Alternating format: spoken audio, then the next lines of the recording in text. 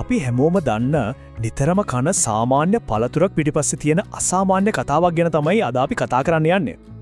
ඇත්තටම මේක එකම එක තීරණයකින් පටන් අරගෙන අපි කවුරුත් ආසාවෙන් රස බලන පැණි රස පළතුරකින් අවසන් වෙන දිග ගමනක්. මේ ගමන හරිම වටිනවා. මොකද සාර්ථක ගස්ලබු වගාවකින් අවුරුද්දකට හෙක්ටයාරයකින් මෙට්‍රික් ටන් 100ක් වගේ දෙවන්ත අස්වැන්නක් ගන්න පුළුවන්. හරි. ඉතින් මේ ගමන පටන් ගන්නෙ කොහෙන්ද? පස්සේ පැලයක් හිටවන්නත් කලින් ගන්න ඕන හරිම වැදගත් තීරණයක් තියෙනවා. ඒ තමයි වගා කරන්න හොඳම ප්‍රභේදය තෝරගන්න එක. මේක හරියට විවිධ සටන් වලට විවිධ ශූරයන්ම තෝරගන්නා වගේ වැඩක්. එයාලගේ පැණි රසය, ගෙඩියේ ලොකු පොඩි බව සහ විශේෂයෙන්ම ලෙඩ රෝගවලට ඔරොත්තු දීමේ හැකියාව බලලා තමයි හොඳම කෙනාව තෝරගන්න වෙන්නේ. උදාහරණයක් විදියට රත්න ප්‍රභේදය ගමු. රස අතින්නම් නියමයි. හැබැයි හරිම සංවේදී. වෛරස් වලට ලේසියෙන්ම ගොදුරු වෙනවා. ඒ තනෙක් පැත්තෙන් හොරණ පැපෝල් හයිබ්‍රිඩ් 1 වගේ ප්‍රභේද ඕනෑම අභියෝගයකට මුහුණ දෙන්න පුරන් විදියට හරිම ශක්තිමත්ව බිහි කරලා තිනවා. හරි. හොඳම පැලෙත් තෝරගත්තා කියමුකෝ. එතනින් වැඩේ ඉවරද? කොහෙත්ම නෑ. අපේ මේ තරුණ ගස්ලබු පැලේට දැන් තමයි නියම අභියෝග පටන් ගන්නෙ. පාරිසරික ප්‍රශ්න, ස්වාභාවික සතුරු, ගොඩක් දේවල්. පැලයක් නිරෝගීව හොඳට හැදෙන්න නම් මේ හැමදේම හරියටම තියෙන්න ඕන.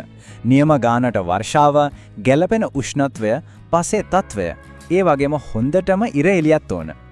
හැබැයි මේ සිව් සමබරතාවය පොඩ්ඩක් හරි එහෙම වුණොත් ලොකු විනාශයක් වෙන්න පුළුවන්. නියගය ආවොත් මල් පිපෙන්න නැතිව යනවා, වැස්ස වැඩි වුණොත් ගෙඩි හැදුනත් ඒව විකෘති වෙනවා. මේ හැමදේටම වඩා ලොකුම තර්ජනය තමයි ගස්ලබු මුදු පුල්ලි වෛරසය. ඇහැට පේන්නේ නැතු වුණාට පැලේටයි ගෙඩියටයි කරන හානිය නම් හොඳටම පේනවා. හිතන්නකෝ මේ වෛරසයකට පුළුවන් පැලයක් සම්පූර්ණයෙන්ම අඩපණ කරලා දාන්න. අන්තිමට කොළ ටික නිකම්ම නාර ටිකක් විතරක් ඉතුරු වෙන තත්ත්වයටපත් කරනවා. වෛරස් විතරක් නෙමේ පිටිමකුණා වගේ පලිබෝධකයන්නුත් ලොකු කරදරයක්. පුදුම හිතන තරම් කෙටි කාලයකින් මුළු පැලේම වහගෙන යුෂ උරා බීලා විනාශ කරන්න මේ සතාට පුළුවන්. සමහර වෙලාවට ප්‍රශ්නේ එන්නේ පසෙන්මයි. බෝරොන් වගේ හරිම පොඩි ඒත් අත්‍යවශ්‍ය පෝෂකයක් පස්සේ නැති වුණත් ගෙඩි හරියට හැදෙන්නේ නැහැ. මේ උණතාවයේ ප්‍රතිඵලය තමයි ගැට ගැහුණු අප්‍රසන්න පෙනුමක් තියෙන ගෙඩි හැදෙන එක. ඒක ඇත්තටම පොළොව යට තියෙන සැඟවුණු අරගලයක පැහැදිලි සලකුණක්. හොඳයි.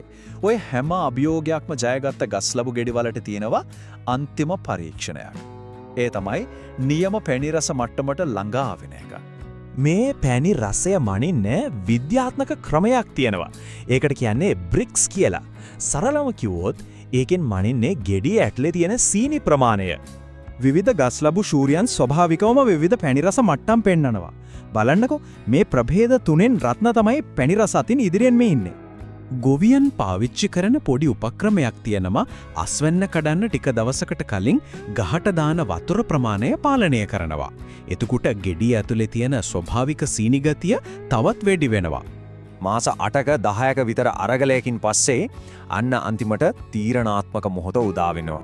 අස්වැන්න නෙලන එකත් හරිම සියුම් වැඩක්. ඒකට නියම වේලාවක් තියෙනවා. ගෙඩියේ පොත්තේ යන්තම් කහපාටක් මතුවෙලා එනකොටම තමයි කඩන්න ඕන. එතකොට තමයි නියම රසයත් කල් තියාගන්න පුළුවන්කමත් ලැබෙන්නේ. මේ හැම දෙයක්ම පරිපූර්ණව කළමනාකරණය කරාම ලැබෙන ප්‍රතිඵලය තමයි මේ.